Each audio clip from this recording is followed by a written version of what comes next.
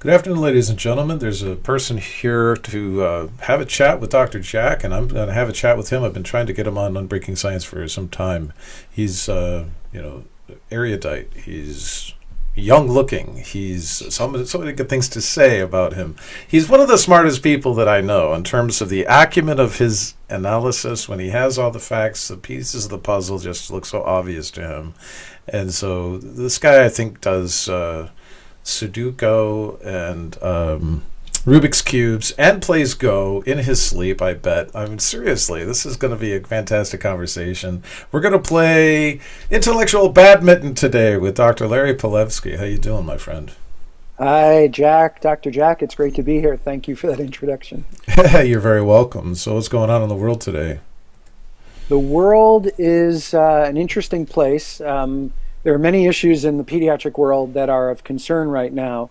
But the biggest one that I really want to talk to at the top of the hour here is this Bill 23-171 that's coming out of the Council of District Columbia. And if you don't mind, I'd like to read it and discuss it with you and then have a nice scientific and maybe non-scientific discussion about all the issues that come up. Yeah, go right ahead, Larry. I'm very curious about it. I heard a little bit about it, but go ahead. So be it enacted by the Council of the District of Columbia that this act may be cited as the, quote, Minor Consent for Vaccinations Amendment Act of 2020, unquote. Section 2, Chapter 6 of Title 22B of the District of Columbia Municipal Regulations is amended by adding a new subsection 600.9 to read as follows. 600.9A, a minor 11 years of age or older may consent to receive a vaccine where the minor is capable of meeting the informed consent standard and the vaccine is recommended by the United States Advisory Committee on Immunization Practices, ACIP, and where receipt of the vaccine is in accordance with ACIP's recommended immunization schedule. B, for the purposes of this subsection, a minor shall be deemed meeting the informed consent standard if the minor is able to comprehend the need for, the nature of, and any significant risks ordinarily inherent in the medical care.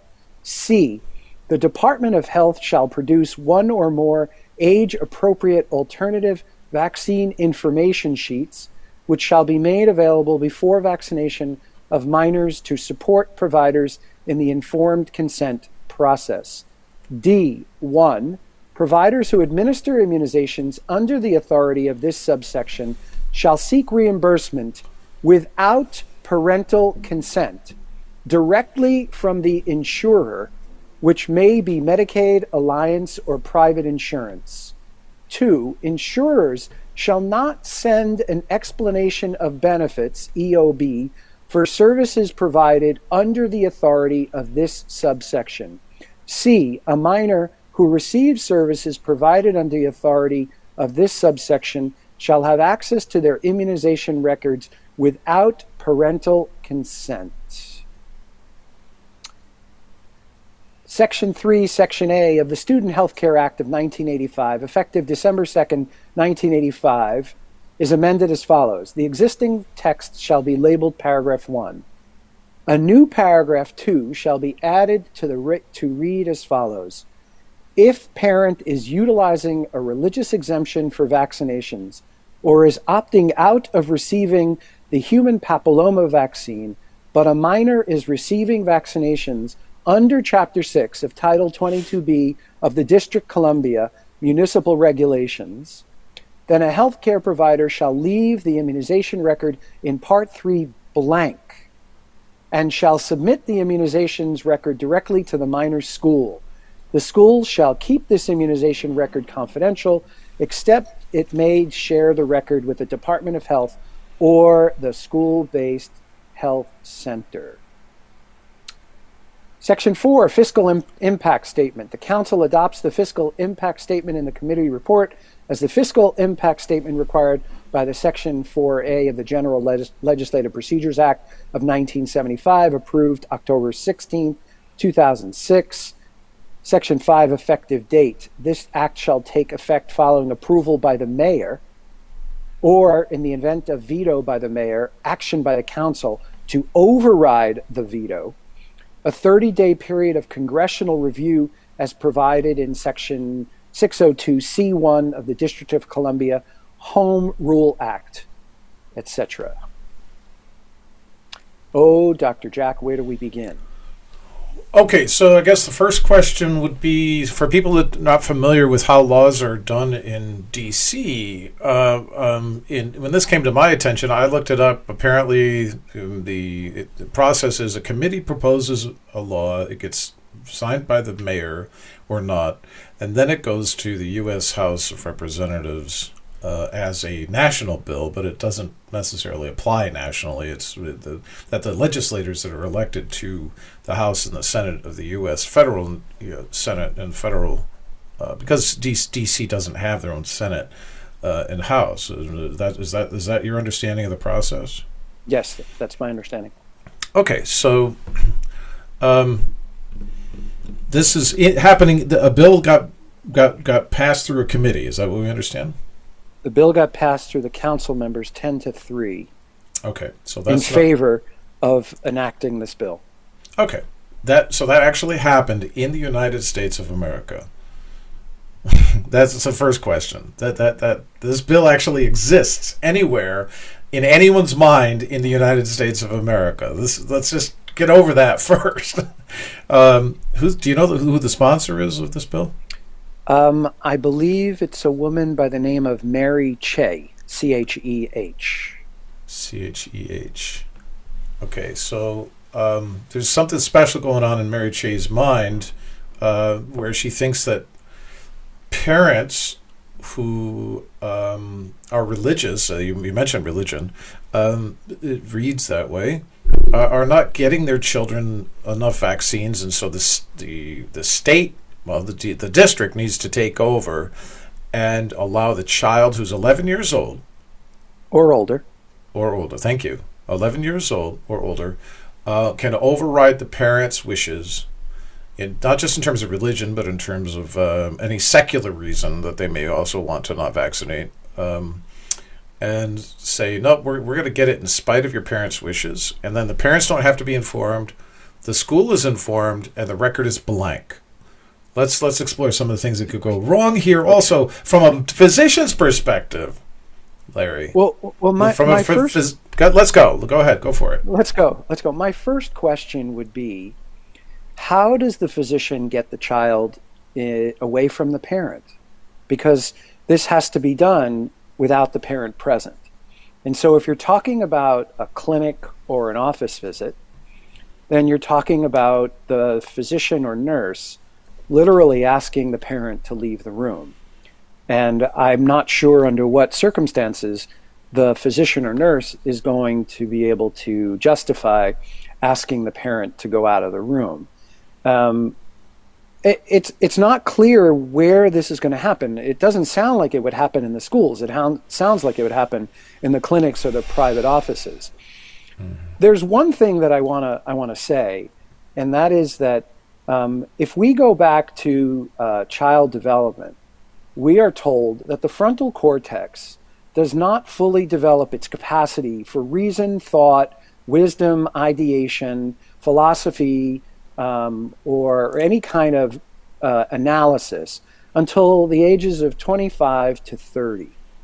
And so an 11-year-old child, and most teenagers, are predominantly in their hindbrain and in their midbrain, yep, which is pretty much impulsive, pleasure-seeking, and sensory seeking. You know, the feelings that come up, sure, that drive desires. That's exactly right. And so the American Academy of Pediatrics seems to be behind this.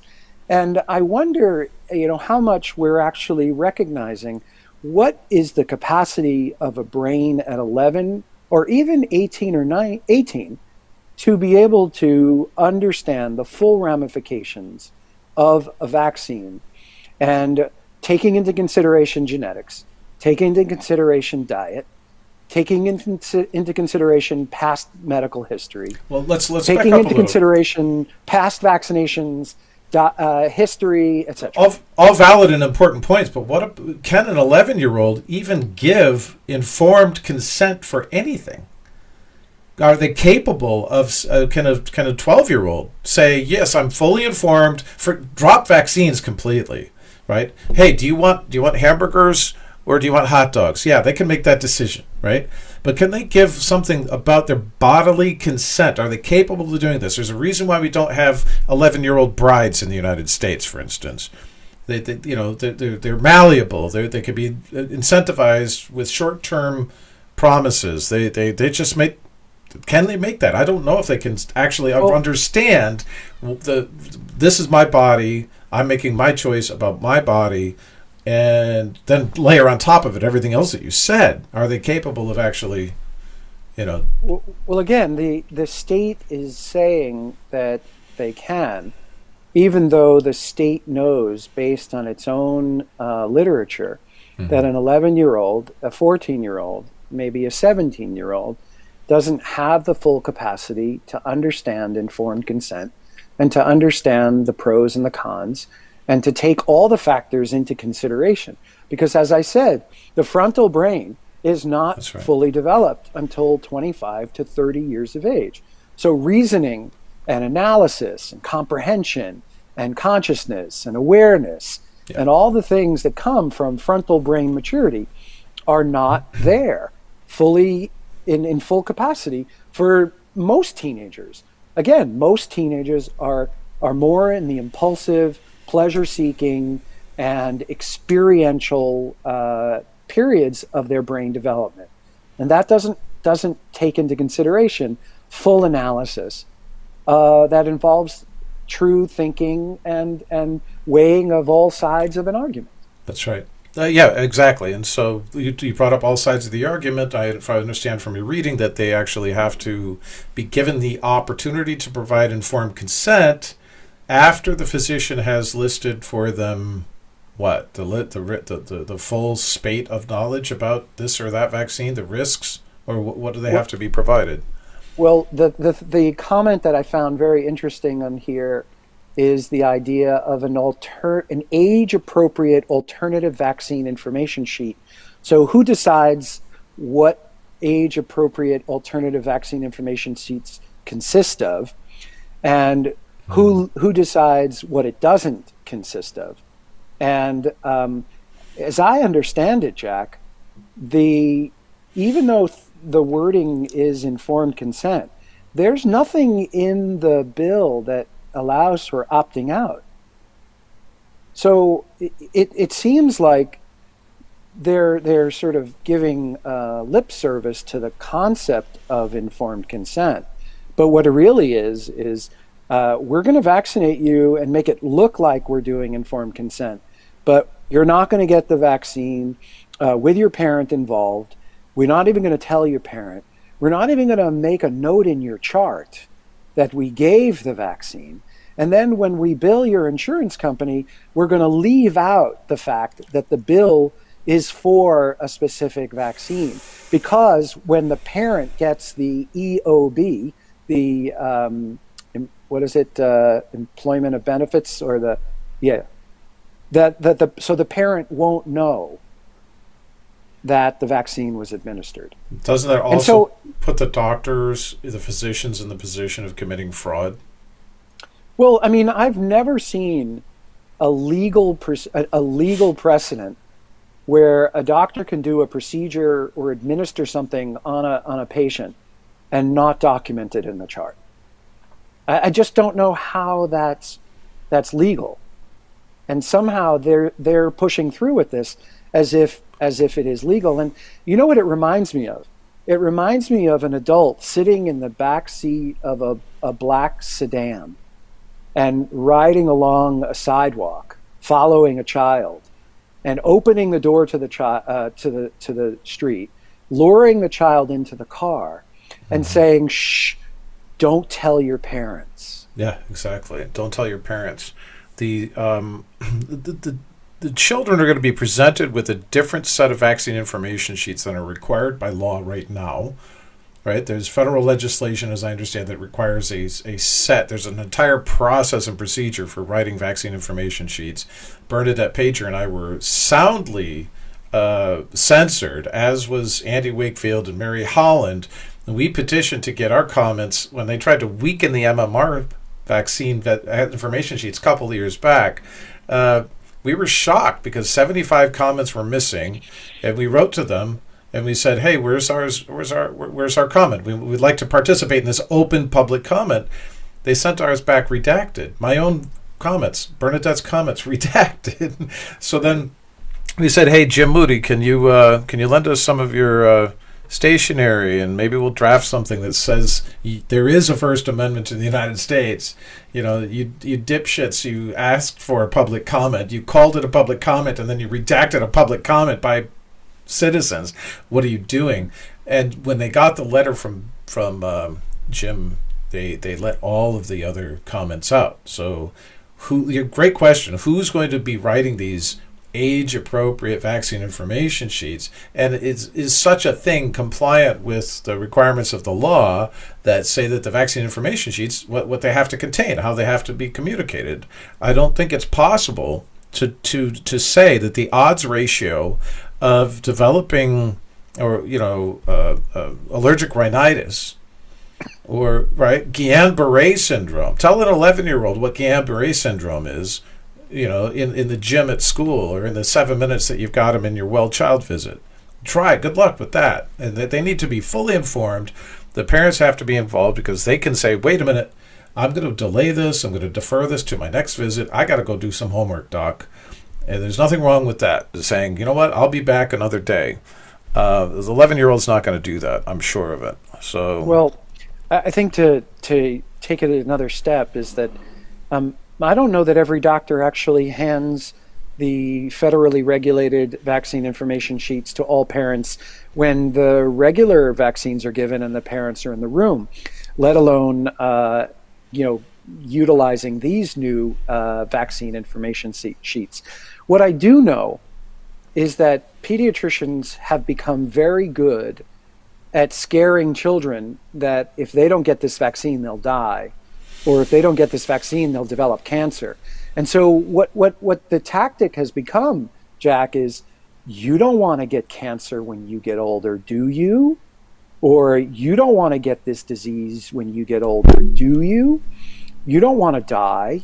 And that's playing on the very, very significant emotional lability of an adolescent who, wants to please the adult. They don't want to disappoint the adult. They don't want to seem as if they're being disrespectful.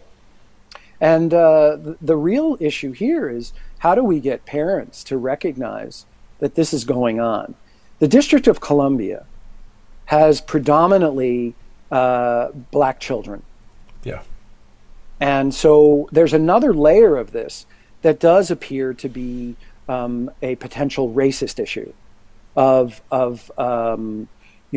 coercing and persuading and convincing children of black families and brown families that these vaccines are needed and these kids are going to get it. And we know that the majority of pediatricians and doctors giving vaccines to children do not know how to recognize an adverse event from a vaccine. Sure. And even if they did know how to recognize it, they're not going to write it on the charts. I mean, I've heard over the years, Jack, I've heard many parents say, the ER physician said, "Oh, this is probably a vaccine reaction." Their pediatrician said, "Oh, this is probably a vaccine adverse reaction." And then when the parents got a copy of the charts, there was nothing written in the chart about what the doctor said, because doctors are not documenting it. Yeah. And they're certainly not reporting it to VAERS, but they're not documenting it in the chart. Right, exactly. So to second what you said earlier, the vaccine information sheets, if they're given out, they're often given out after the shot. By law, they're supposed to be given out every time before the shot. The parent should have time to examine the vaccine information sheet, ask any questions, get a reasonable civil answer, an accurate, complete, thorough civil answer from a physician who's about to conduct a medical procedure upon a child, or That's an not adult, being documented. right? And then, well, I'm talking about reality, not their fantasy, where they think that they're going to have kids doing it, but the nightmare, actually, not fantasy. The and then if there is an adverse event, they're supposed to report it. But you're right, they certainly don't. Correct. And then if you make it to the National Vaccine Injury Compensation Program, it doesn't matter what the physician put in, because their doctors, without examining the patient, the HHS's doctors will always find that, no, it really wasn't this, or no, it really wasn't that. It wasn't the vaccine. It's not this diagnosis. They always, I've never heard of a case where the HHS expert witnesses went, you know what? Yeah, right off the bat, that's a vaccine injury. That sounds good. Yeah, exactly. Right? I mean, what's also very interesting is that let's say the child goes to another doctor. The other doctor is not going to have the medical records to know that the child received that vaccine. So not only is the child vulnerable to being revaccinated, but multiple times the child could get the same vaccine throughout his or her adolescence, and it wouldn't be documented anywhere. So you could have a child getting 8 HPV vaccines, or 5 MMRs, or 6 hepatitis B vaccines. My God. Or if you have a sick kid during the flu season, look out, because if you have to go from place to place, and 11-year-old says, "Hey, did you get your flu shot this year?" I think so. I don't know. That's what parents are for, Larry. That's what parents are for. We're supposed to be looking after our children. It's our number one job. It's what parents are for. It's not what the state is for. Not according to the state anymore. And the thing is that I'll tell you, over the years, unless parents have the vaccine record in front of them, they're not going to remember which vaccines the child received either. So how are you going to expect an adolescent to know what was injected into the arm or the leg? I want to make a clear that the DC Health Committee chair and the primary bill sponsor of B23017 would admit that the, quote, imminent, unquote, COVID-19 vaccine is the reason for the sudden push to eliminate parental rights. And so this is an interesting time that we're living in. And anybody who's listening to this, anybody who will listen to this, please understand that this is coming to a state near you. This is an attempt to create precedents, because, the parents in DC, how are they going to find out that this is really happening? How are they going to know? I don't know, but I'm going to ask everybody that's watching this right now, join Washington, D.C. area Facebook groups. If it's a garage sale, if it's a knitting circle, join these Facebook groups and share this video. And we'll put the link to the bill and everything else. Someone, please, I'll ask one of the listeners, please put the link to the bill and so on. We need to inform the parents of D.C., but also remember, because if this goes to the U.S. Congress, it's your congressman voting on it. It's your senator voting on it. And then it goes back, I suppose, for ratification or a signature by the mayor or something. Listen, this is not a political show. We're talking about kids. We're talking about their brains. We're talking about brain development. We're talking about biomedical practice. We're talking about medical practice. We're talking with Larry Palevsky, MD. This guy's a great man. You love children in the most sincere way, and I know you do, just like me. We don't want to go anywhere near anything that's going to be harmful to children, and you've dedicated your life to medicine, man. I mean, you just can't find anyone really that loves children more than you do. But I want to go back to this racial overtones thing. Okay, the racial overtones issue is, here we are, a couple of middle-aged white guys talking about how racist this thing is, but we're coming from a very serious position, an informed position, where we know that the science by DeStefano et al. Did show an increased risk of autism, absolutely showed an increased risk of autism in kids that got on-time MMR vaccine. And they were African-American boys in particular. That subgroup showed a significant result. This was brought out in the movie Vaxxed, in the documentary Vaxxed. It was brought out by William Thompson. It's well documented, well established. There has been zero movement on that study for the fraud that they committed to have that study retracted. Okay? It's as if they're saying young male black lives don't matter in Georgia or anywhere else for that matter. It's as if they're saying, we don't want to do more science to try to see if this subgroup analysis was significant. Maybe we should follow up on it. Well, now what we're going to do is we're going to take the parent right out of it.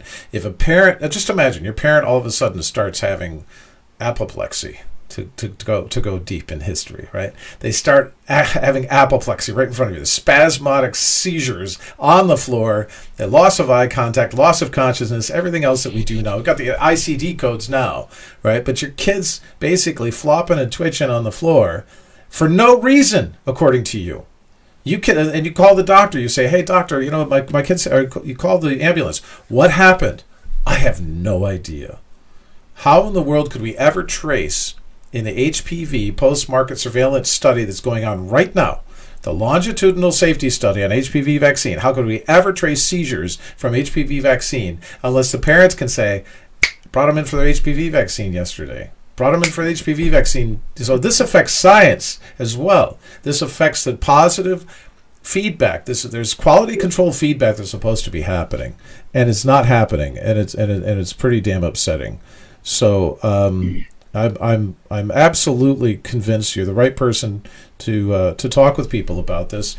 Is there any place that you recommend that people go to, Larry? Okay, so there are 3 points I want to make based on that. Number one, going back to the issue of the bill, please, for the listeners, Stand for Health Freedom and NVIC portal. Stand for Health Freedom and NVIC advocacy portal are two places where people can go to raise their voices and to lend their support for getting the information out about this egregious overreach of the state and the government to take away parental rights. The second thing I'd like to say is that there are also efforts within this country to threaten people who are getting food stamps and who are receiving rental assistance from the government to remove those supports if people did not get the COVID-19 vaccine. And so there seems to be a theme of racism and targeting of people of lower socioeconomic classes. And again, that's not just black people. I mean, there are plenty of white people who are on rental assistance and receiving food stamps. But it does seem to be targeting a certain section of the population. Agreed. And the third thing that I want to say about that is that whenever I have asked the question, Jack, do vaccine ingredients get into the brain? I am met with the blankest of stares by anybody who has done any science or has any medical degree at all. And so when you have 1 in 5 children in the United States, today is November 19th, 2020, when you have 1 in 5 children with neurologically delayed conditions, when you have 1 in 54 children with autism, and in some states 1 in 35, 1 in 25 boys, yeah. Right. And prediction of 1 in 2 kids with autism by the year 2052. And you have 1 in 10 children with ADD and ADHD, and you have 1 in 20 children under the age of 5 with seizures. You have a neurological disability epidemic on your hands. And especially when you look at the adult population, you have similar disastrous increases in neurological sequelae, neurological problems. And so do vaccine ingredients get into the brain? And everybody walks away or runs like mice turning on the light in a room. Yeah. Because the bottom line is they do. Yeah. And people don't want to see this elephant in the room. And if you look at the MMR and you look at what's in the MMR, you have the live measles, the live mumps, and the live rubella viruses, although we don't have to talk about this now, but there's no such thing as a live virus. But for all intents and purposes, you have a live virus of measles, mumps, rubella. And then you have sorbitol, sucrose, and sodium phosphate. And then when you look up in the research, Jack, do pharmaceutical industries use sorbitol to deliver drugs into the brain across the blood-brain barrier. Sure, absolutely. What do you find? Yeah. Yes, Yeah, you do. absolutely. So then the question has to be, I don't know, Jack. I've heard stories over the 20 plus years of me looking at the vaccines of hundreds of thousands, maybe millions of parents who give the same report over and over again without ever having talked to each other. My child got the MMR, and within hours, days, weeks, months, drifted away, seizing on the floor, stopped talking, lost eye contact, crapping all over him or herself, banging his or her head, flapping their arms, completely gone into a neurodevelopmental regressive state. Yeah. And that would definitely raise the question, well, do vaccine ingredients get into the brain? Well, sorbitol in the vaccine with sucrose and sodium phosphate can open up the blood-brain barrier and allow for the passage of whatever vaccine materials and whatever blood materials may enter the brain. And it's right there in the literature. It's not my opinion, Jack. Right. I'm not anti-vax. I'm looking at the science. No, the right. science says these materials have the potential to go into the brain because drug companies use sorbitol to bind to guanine and other amino acids to bind to chemotherapeutic agents to get them into the brain because the blood-brain barrier is tight. Totally. There's a huge body of research on how to get past the blood-brain barrier, and now the scientific research, especially around anybody around vaccines, are like maybe the blood-brain barrier doesn't exist anymore. So We're just going to pretend like it doesn't exist anymore. So guess what, Larry? I have a surprise for you. Have you seen Jeremy Hammond's? We were talking about this amazing logical argument. The reason why we have to take parents out of the equation is because COVID-19, right? That's what you said, that the justification of this, right? Have you seen this amazing article by Jeremy Hammond where Facebook Factcheck, actually lied about PCR tests in COVID-19 cases? Have you seen that? There's a surprise. No. Okay, well, guess who I have waiting in the wings on us right here. Look who's with us today. Hey. Jeremy Hammond. How you doing, man? Hey, nice to be among such great company here. Thank you. See you, Jeremy. This was totally last minute. I literally sent him an email 15 minutes ago and said, "Can you come on?" And he dropped what he was doing, writing another excellent article. I'm sure. You two need to put your heads together. You're two of the best communicators that we have in the United States of America. Period. I don't talk about the movement. In the United States of America, you're thought leaders, excellent communicators. Jeremy, I would put you against any of the journalistic writers out there today, anywhere. I mean, just fantastic. It's like a dream come true to read one of your articles. It's so smooth. Everything's logical and clear. I'm jealous, man. I'm absolutely jealous. So anybody who's had the pleasure of editing one of my pieces of chicken scratch, just go read Jeremy. You feel a lot better. But I'm being honest about that. So let's look at this article for a minute. I'm going to flash it on the screen. It's at www.jeremyrhammond.com. Facebook, Factcheck lies about PCR tests and COVID-19. Why don't you give us a rundown on that article? Sure. Well, I was on Facebook the other day, and yesterday actually, or the day before, and I saw an article in a group that I manage, a private group, linking to a GreenMed Info article by Jeffrey Jackson, which was republished from the Highwire, in which he accurately describes how PCR tests are being used inappropriately to diagnose COVID-19, and so he cites Anthony Fauci in an interview earlier this year, acknowledging that when the PCR tests have a cycle threshold above about 35 or so, that you can pretty much guarantee that it represents not viable infectious virus, but just non-viable fragments of RNA. And so, and the New York Times has published an article acknowledging that according to their data, the data that they looked at of PCR tests which reported cycle thresholds, that 90% represented probably non-viable RNA. That, so in other words, that the people weren't contagious. They didn't 90%. it didn't have an active infection. 90%. That's according to the New York Times. And interestingly, so to get back to the Facebook, so I was on Facebook, and Facebook has flagged it, of course, saying that this is misinformation, that they're claiming that the article is false. And I clicked the link to a health feedback article, Facebook's Factcheck partner, Health Feedback, and they're arguing that the claim is false. And incidentally, I was reading a Jeffrey Jackson article who was discussing the same issue. The health feedback Jeffrey Jackson has the Jackson Report on the Highwire. He's brilliant. Yeah. Right. Yes, and he had written about the same topic as I believe his name is Daniel Payne from Just the News had written the same topic. Again, accurately pointing out how a positive PCR test doesn't necessarily mean you have COVID-19, and the health feedback article had flagged this article, as being false, and that article had also cited Anthony Fauci earlier this year, acknowledging about the cycle thresholds.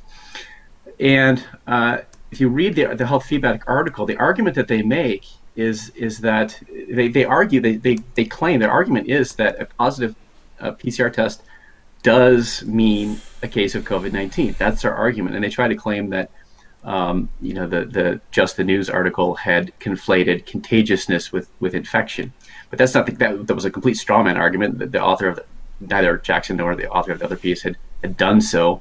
In fact, it was health feedback that had conflated infection with disease. So they're claiming that because the tests do show that somebody has been exposed, there is viral RNA present, therefore there was at some point infection.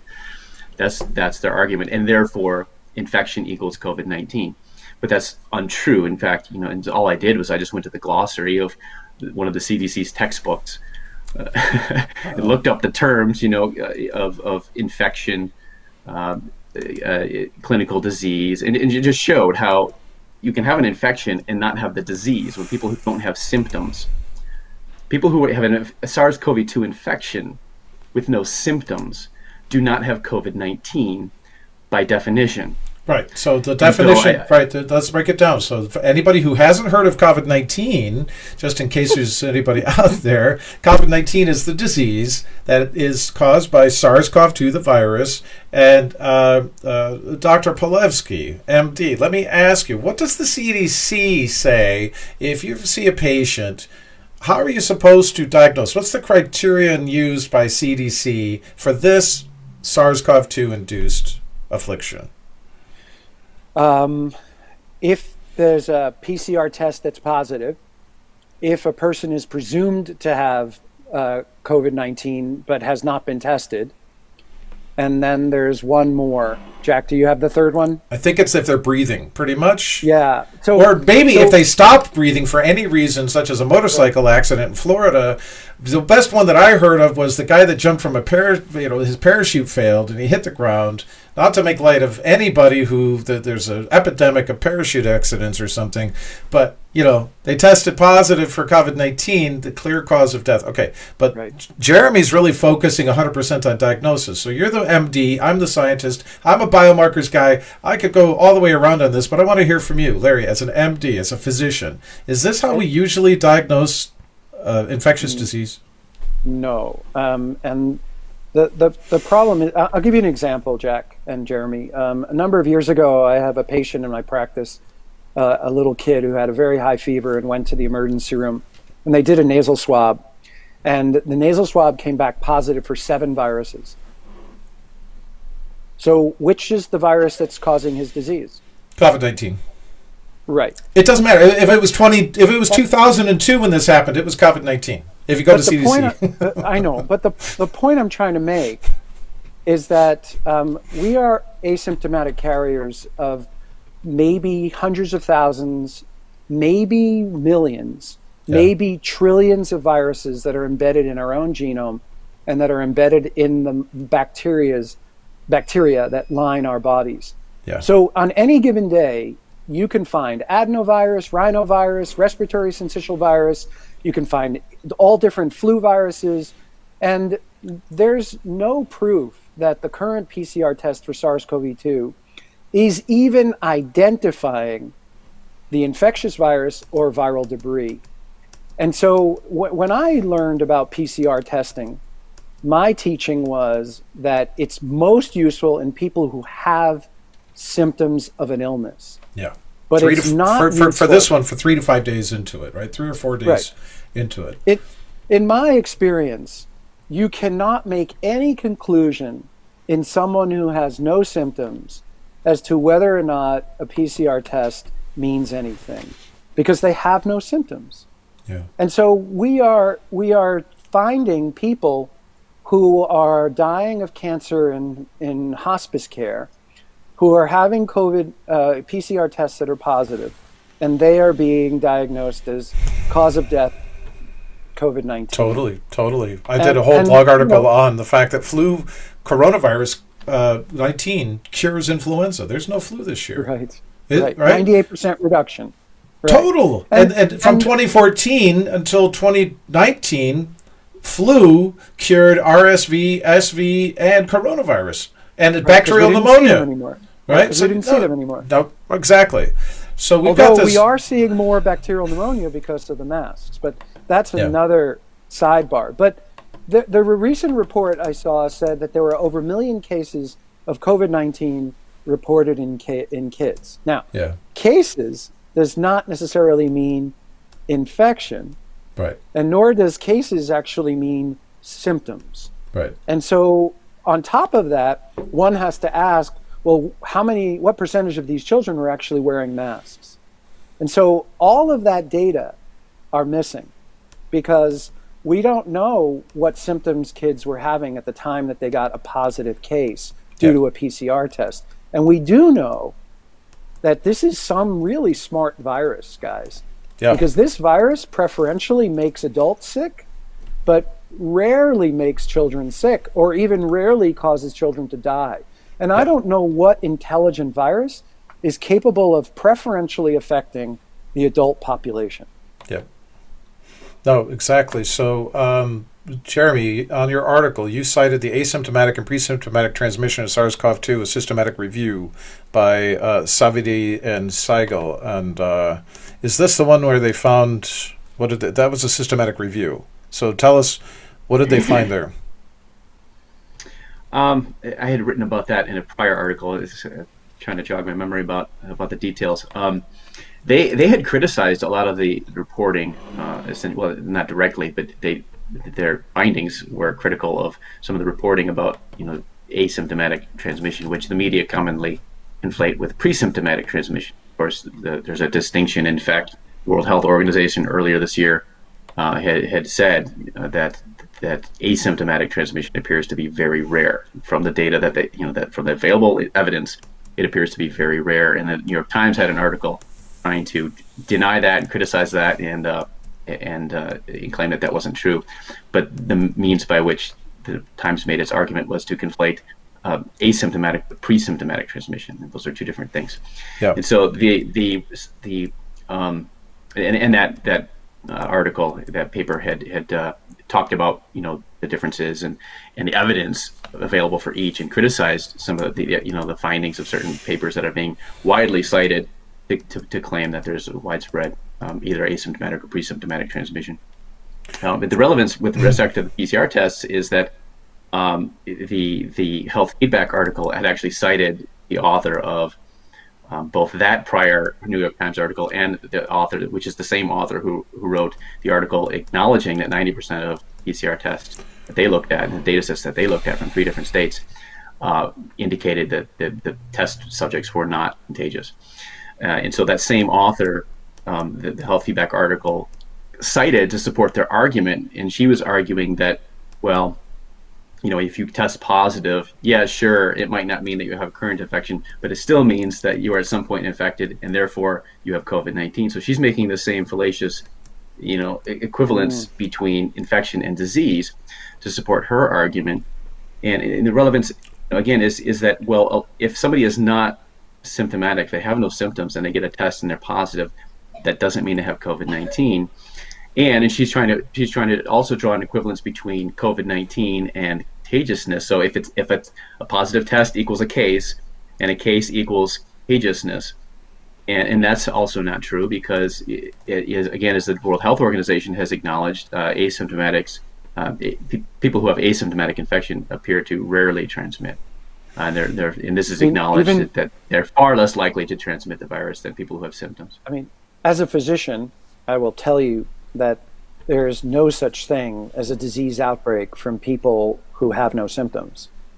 Even Dr. Fauci said very early on in this that asymptomatic cause of a infectious outbreak is rare. It's not. Let's break that down, Larry. Because to have symptoms, you have to have high viremia. To have transmission, you have to have high viremia, right? You have to have a large number of particles, right, for some transmission to take place. But even if you have high viremia, it doesn't necessarily mean that the other person is going to get infected. Right.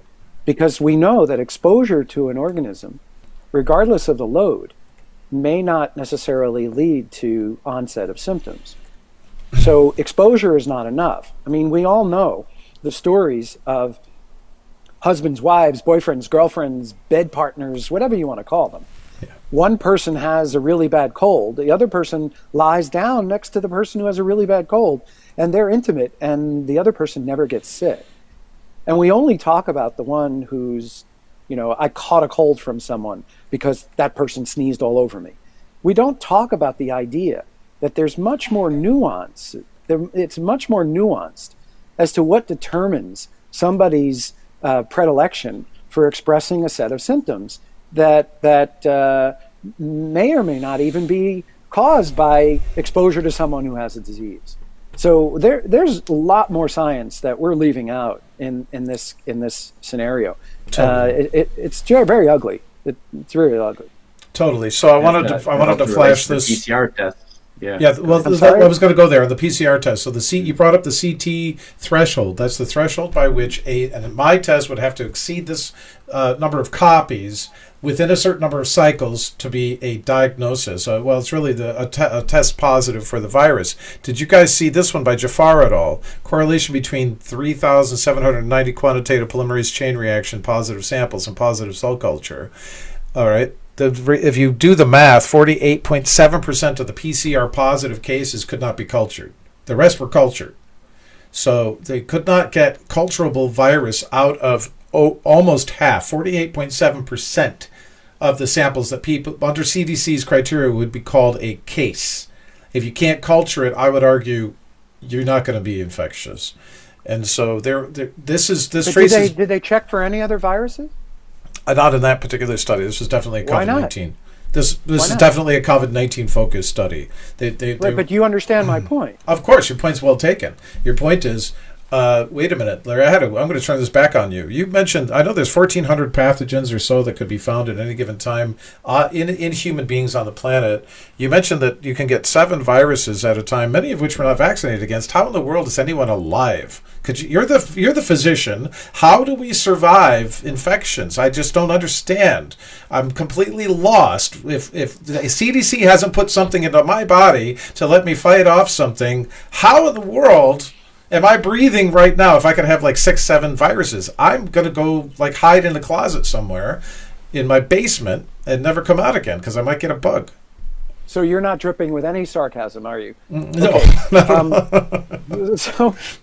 So I mean, I'm just going to share what I learned in the text from the textbook. So as a medical doctor, as a medical student, the human baby, when in utero as a fetus, contains few bacteria on its body.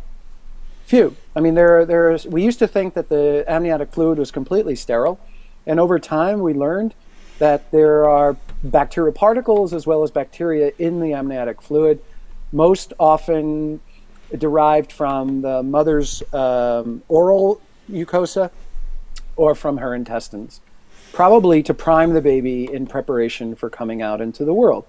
Now, flash forward, we as adults have over 100 trillion bacteria and organisms in our bodies. So somehow a baby goes from minimal to none in utero down the vaginal canal and becomes over 100 trillion strong and predominantly survives even in areas of poverty and malnourishment pretty often. In well-nourished and first world countries, there's almost minimal infectious illness based on that exposure. And then when we brush our teeth and we wipe our behinds, we have sexual intercourse, we eat food, we rub our skin, we pick our noses, we digest our food, those microorganisms are going into the bloodstream all the time, and we're well. The last thing that I want to say is that we always believe that viruses are externally arrived at, that we don't have a virus in our body unless somebody is sick and gives us that virus for us to now have. Little do we know that almost 43% that we know of genetic material in the body, in our chromosomes, manufactures viruses and virus-like particles. And then you have to remember that viral particles also embed themselves inside bacteria. So you have over 100 trillion bacteria. Yeah. So how many particles of virus do you have inside bacteria? And so we are only made to believe that a virus in our body is derived from the external environment. And in fact, it's rare that the virus just comes from the external environment. The body is viraling all the time. Yeah. And no illness. So there's something more to be looking at here as to A, wow, why are there so many organisms in our body and we're well? And B, what are they doing there? And C, come to the conclusion that in the right conditions, those viruses and bacteria are actually keeping us well. And well, I definitely have an idea about coronavirus and coevolution of coronaviruses with humans, right? The virus recombines as the nature of its body, nature of its biology, I'm sorry. So every time you get a co-infection of two coronaviruses in the beta coronavirus family, if you have high enough viremia and they find each other, they will recombine because you get partial transcript from one coronavirus, partial transcript from the other. You get the proteins of the viral proteins put together. It's a chimera, and it goes on and it passes on the hybrid DNA, the chimeric DNA. So these things recombine all the time. Guess what else recombines all the time? Our immune systems. That's how it learns. That's the answer to the smart-ass question that I asked. Like, why am I not dead today? I'm not dead today because I have an immune system. And for those people who don't have an immune system, you're just as good as me, it's not better. Believe me, I'm not making fun of you. But the point is, I have an immune system, and the VJD recombination system is an extremely creative system that can keep up with most things. There's an outside chance that there's a virus out there that we haven't met yet. Guess what? Your body will produce antibodies to it. One of the things that frustrates me the most, and I want to get back to Jeremy's article here in a minute, but what frustrates me the most is like, oh, we have a new coronavirus. It came from China. Okay. We're going to forget everything we ever knew about coronaviruses and the human immune system and start from scratch. This is brand new. It's like we landed on Mars and we have this new kind of strange organism. We don't know anything about whether the body's going to create T cells, or B cells, or antibodies. Oh my God, we're all going to die. Okay, so I got that off my chest. Thank you. This is better than therapy. Jeremy, your article. So where are you at that with right now? What you've done is you busted Facebook out for getting it wrong. They got it wrong on vitamin D3. I don't see this massive announcement from Facebook going, hey, wait a minute, everybody. That time we blocked you on vitamin D3, yeah, you probably want to get some. I don't see them correcting themselves when they get it wrong. So what they're doing damage to science. They're doing damage to public health. Well, Facebook, if you're listening, I'm on your platform. You love me. You constantly want to marry me and offer me money. I don't accept it. The point is, what do we do now? What other details have you left out of the discussion so far that people should go see in your article? What do you want to do? Well, one big one is how these case numbers, COVID-19 cases, quote unquote, are being used to justify these, authoritarian lockdown measures. Totally. Which is nothing short of scientific fraud, institutionalized scientific fraud, because again, a positive PCR test by itself cannot be used to diagnose COVID-19. So that's the big thing, is how it's being used to justify these policies. And so what that tells us, the logical corollary of this, is that Facebook and its fact-check partners like Health Feedback really have no problem at all with misinformation, provided that it serves the political agenda that they've taken up, which in this case is to manufacture consent for these lockdown measures. And right in the health feedback article, they advocate lockdowns as a way to keep case numbers down. So it's quite open. They're quite open about the political agenda behind their propaganda. So this is just outright censorship. It's not fact checking. They're censoring true information and then misinforming people by blatantly lying. The positive PCR test equals a case of COVID-19. Agreed. Yeah. So that's really the big significance. What's most egregious to me, guys, is the fact that the medical and scientific community have actually just laid themselves down and forgotten truth in science and truth in what we were taught in medical school, and just acquiesced to the state agenda. That's very alarming. That more people aren't saying, wait a second, this is not good science. This is not good medicine. Normally, when you have a PCR test, you need a confirmatory test. You can't just rely on a PCR test to diagnose. You need another confirmatory test. Normally, when you have a PCR test, you have to have already done studies on it to evaluate its false positives and false negative rates. And that was not done previously. So normally when you're doing a PCR test, you need to standardize it across the world. And you need to make sure that you're all testing for the same thing and that you're all using the same cycle thresholds. And that's not being done. And so this is not, Oscar Wilde said, curiosity is the highest form of insubordination. This is not insubordination. It's just science. It's normalcy, exactly. So we had Dr. Singhang Lee on Breaking Science a couple of months ago now, where he was saying these PCR tests are crap. What you need to do is you need to sequence the PCR amplicon, make sure that what you have is coronavirus to begin with. He took the reference sample sets that were shipped to him. Here you are, Dr. Lee, you're going to make a COVID test. Here you go. Here's the reference sample sets. He managed to sequence PCR product that he then mapped to coronavirus in the sample sets that were labeled not coronavirus, coronavirus free. These were clinical samples, and he failed to amplify using primers and sequence that he knew.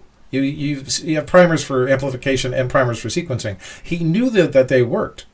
He couldn't get it in, I think it was 20% of the ones that were labeled coronavirus, and in 30% of the ones that were labeled no coronavirus, he found the damn thing, and the virus actually mapped to a mutant that was just discovered in New York City. It wasn't a laboratory contamination. He didn't have that sequence in his lab. So we're looking at lack of verification. Absolutely. I'm wondering if, in the bigger question of things, if you have an appeal, Larry, you just made an appeal to your colleagues. Medical community, stand up. We need to stand up. We need to do what we've always done, demand the same levels of standard of evidence and so on.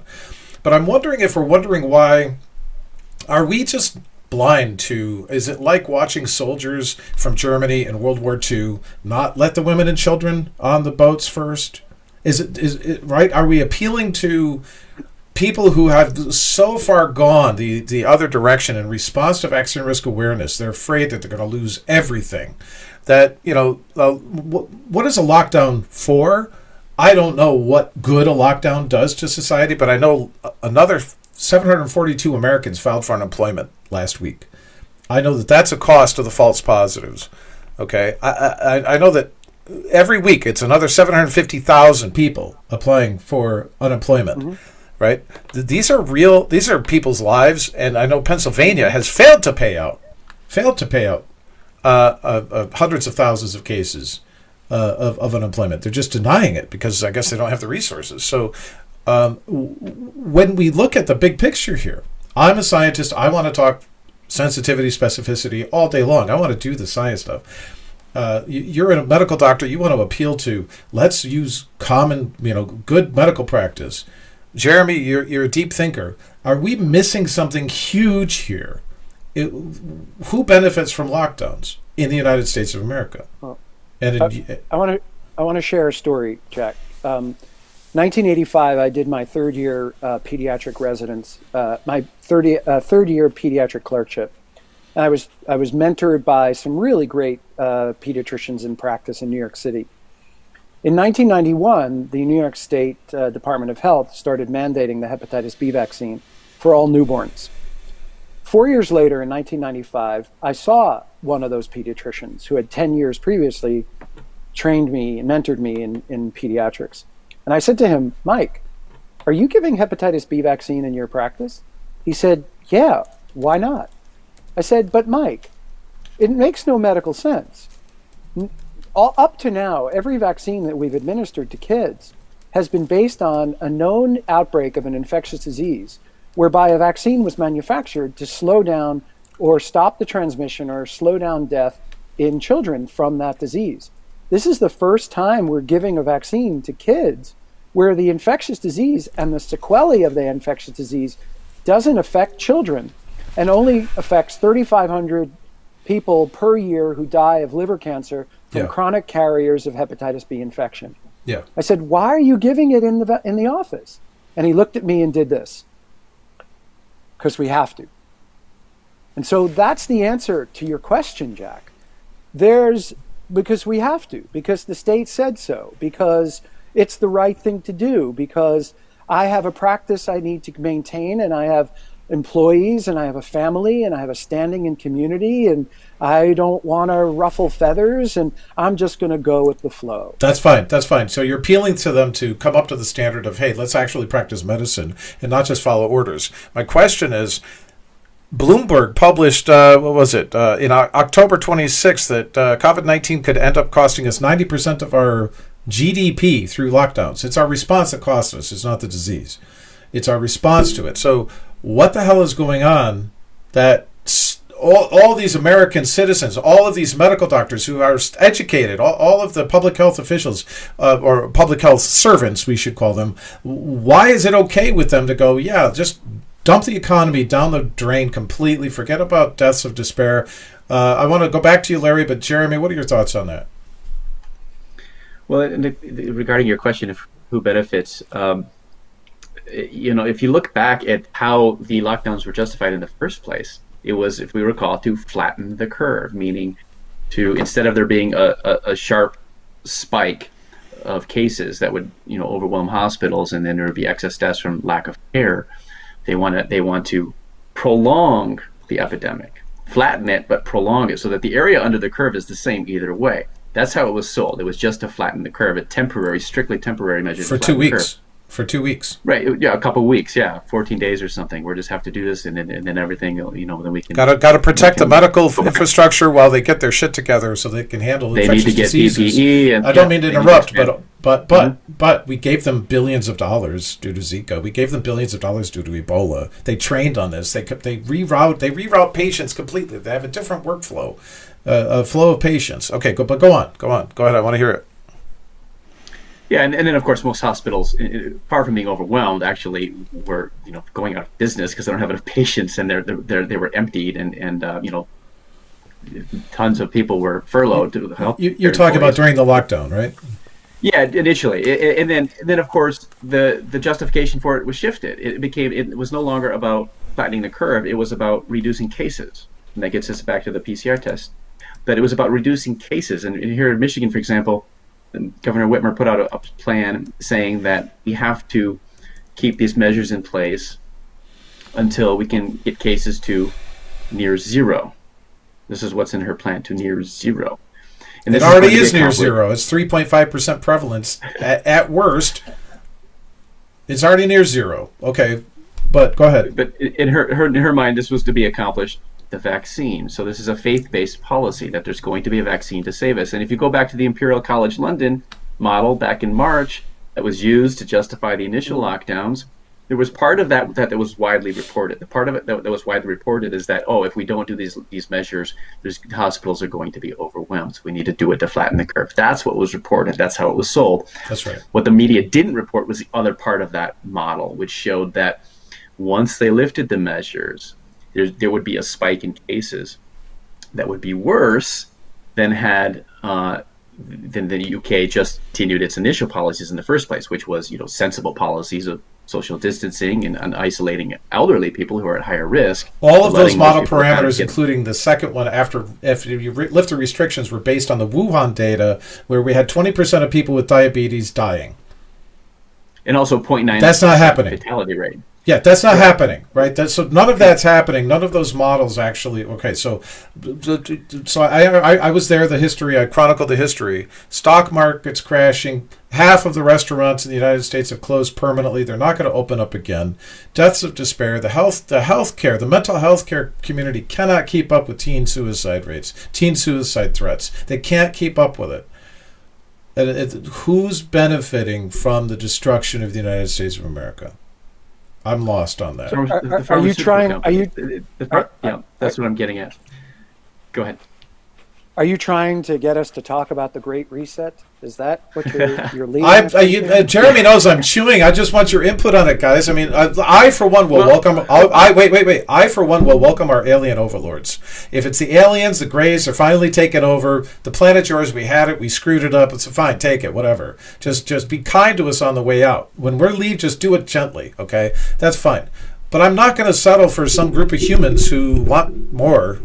And by making people have less. No way, not a day in my life. If there's a superior intelligence involved and they're aliens, they have better technology, game over. Nice knowing you guys. This has been fun. But if it's another set of human beings, a bunch of assholes, who just want more. So talk about however you want. Literally, who benefits from this lockdown? Politically, I get it. There's like mission creep. Right, we've got to lock it down because we're going to get to the vaccine. There's pharma. Let's get to the vaccine. Get to the vaccine. At some point, there's got to be a breaking point in the ethos of the people that are holding us hostage, so that they can get their fucking vaccine out to market. There's got to be a breaking point where they're like, yeah, no, my niece just committed suicide. No, my son's restaurant just went under. Holy shit, what have I done? There's got to be some humanity left in these people, right? You'd think, but it's tough to see sometimes. And when you have, talking about the effects of lockdown and economic consequences, of course, which is not measured just in dollars, but in health and lives. I mean, the UN has estimated well over 100,000 excess infant mortality as a result of lockdown measures, 10,000 deaths a month from starvation, wasting, hundreds of thousands of excess cases of wasting in developing countries as a result of global lockdown measures. And it's like, we're not supposed to care about those lives, evidently, or we're only supposed to care about COVID-19 deaths, and there's just this focus on that, and then that outcome, and it's a faith-based, and this is what I was getting to with the Imperial College model, is that they said right in there that it wasn't going to be just a 2-week thing to flatten the curve. It was going to be a permanent thing where they're going to be locking down on and off permanently until there's a vaccine. That was their plan, right. Which is, again, it's a faith-based policy. It wasn't science. It was faith that a vaccine is going to save us, that there's going to be a safe and effective vaccine that can be mass manufactured and distributed globally, and that's going to be the solution to the problem. As opposed to the idea of, every viral epidemic, respiratory viral epidemic has a natural wave to it. The reason for that is because natural herd immunity. And they also acknowledged that by implementing these lockdowns, they were preventing population immunity from developing, which of course is precisely what would protect those at highest risk. And by preventing the development of herd immunity, they acknowledged right in that paper that that's why there would be a second wave if the measures were lifted. And there was just a paper recently that went back and they reran the Imperial College's model, and they looked at the effect of school closures. And they found that the school closures actually increase the total numbers of deaths precisely because they are preventing, especially with older, like college students and adolescents, not the younger kids because they don't transmit as much, but older kids in schools, including colleges, because they're not out getting the young, healthy people that we want out, getting infected and developing immunity and protecting those at highest risk. That's not happening, and therefore, in the long run, when the measures cannot be possibly economically sustained, and so at some point they have to be lifted. And when that does happen, you're no longer protecting you can't, and you also can't have isolation practices indefinitely. It would be easier to isolate people at high risk for a couple of weeks, than like indefinitely for months and months and years. to try to keep people isolated. This isn't practical. It's not feasible. So there is a practical, and this is what the Great Barrington Declaration is all about, is how, it is possible to isolate people and protect those at highest risk while the rest of us go on with our lives, keep the economy rolling, and develop population immunity. And so there's two different paradigms here. One is the paradigm of, respect for our environment, the idea that we can boost our immune function through natural means, through diet, through exercise, giving our bodies the nutrients that we need to have a properly functioning immune system. And then there's the paradigm of the pharmaceutical industry. There's the pharmaceutical-centric paradigm, and that's what we're seeing. And of course, the government has allied itself with the pharmaceutical companies and is serving their interests, as we all know, and have been talking about for years. And it's just manifest once again with these lockdown measures that are completely, there's no scientific basis for them. No, they're completely unscientific. Go ahead, Larry. Well, I think the facts are that we don't even know how many people really have the disease, and we don't really know how many people are dying from the disease because of the symptoms that we originally saw back in March, April, and May that people were suffering from. So we don't have data at all that's real data about who's been sick from this disease, who's really died from this disease. And Jack, as we've had in other conversations, that there may be a virus component to what people are getting sick from, but the kind of clinical symptoms that people are having are not typical of a viral illness. And so we may have this fear that there's a virus going on, but there's much more that we in the scientific community and medical community need to be looking at in terms of what could be causing the kinds of symptoms that people are having that are not classically coronavirus infections and not classically virus infections to begin with.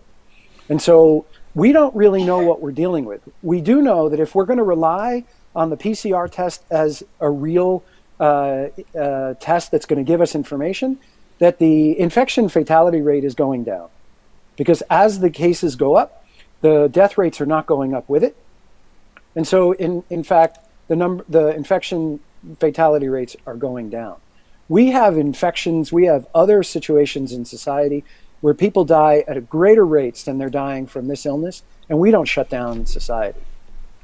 And so there's no governor, no mayor that is supporting the lockdowns and creating the lockdowns is approachable, and anyone who asks a question is censored, and that should make any thinking person say, what is really going on here? And as well as I do, you both know as well as I do, that when you create enough fear, you're going to be able to control whatever narrative you want. And people are going to walk away and say, oh my God, this is a deadly virus. Okay, if it's a deadly virus, why are there so many masks in the sewers, in the streets, in the gutters, in the ocean? And why can you take your mask off and put it down on the table in a restaurant if this virus is so deadly, right? Why can you wear the same mask over and over and over again if this virus is so deadly? There's so many inconsistencies. This is a smart virus. It doesn't affect people before 10 o'clock, but it does after 10 p.m. for curfews. It doesn't affect people who are sitting down at restaurants, but certainly people walking in restaurants, it gets them sick. And certainly somehow this is a virus that makes a lot of adults sick, but not a lot of kids. And it also, as I recall, it doesn't really spread well in certain protest situations, but it goes like gangbusters in churches and at Trump rallies, right? And funerals. Yeah, funerals, right? So listen, thanks. I'll never forget, Jack. I'll never forget there was a march to protest having elections in person, but the march was in person to prevent in-person elections. All right. So listen, guys, it was great of you to come in today and talk about all this. Many more questions than answers, as it usually is. And I want everybody that's going to have people together for their funeral ceremony for the bird on Thursday. right? You're entitled to have your funeral ceremony for the poor bird that died on Thursday. You can have people there. Now, just remember, the CDC says don't drink too much alcohol because it spreads coronavirus, right? Don't sing because it spreads coronavirus. And the latest one that I just found out yesterday, unbelievably, don't play loud music. Loud music, according to the CDC, I'm sure they have a meta-analysis of multiple studies that show, a systematic review at least, that show that playing loud music spreads coronavirus. Guys, you're a credit don't forget, to... Jack. Yes. Don't forget, don't pass gas. Oh, okay. Well, that's going to be very difficult with turkey. I'm sorry. I'll try not to, but I'll be thinking of you. So you're both a credit to your species. Don't ever forget. You heard it here first, ladies and gentlemen. The aliens are coming. It's all an alien agenda, and I'll be the first one leading the charge off the cliff, as usual. You guys are great. Thanks a lot. I'll catch you guys next time. I'm going to close out here. Great. Thank you, Jack. Thank you. Thanks. Go see JeremyRHammond.com, and you'll find Larry in many, many videos on Facebook and his testimony and other places. You can support what we're trying to do here by going to patreon.com at WWDNYK Studios.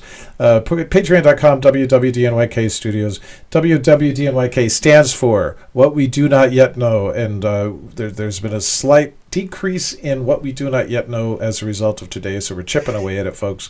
Thanks for being here. Happy Thanksgiving, everybody, and I'll see you all on Black Friday.